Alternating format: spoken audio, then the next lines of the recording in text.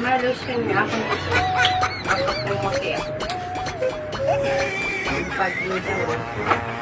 Nakakima ako aslo ang itim ko. Maputi na po. Hindi naman siya yung may pain. Okay lang. Oo po. Eh, nakalimutan ko. Nagluluto pala ako. At ako, sigado mo. Bakit hindi ko niluluto ako? Tawagin mo nga, sir. Kwanto? Kakanon? Hirap talaga mga pangasawa na hindi marunong magluto. Ay, nako. Ano ba yan? Dada, tignan mo nga itong niluto ko.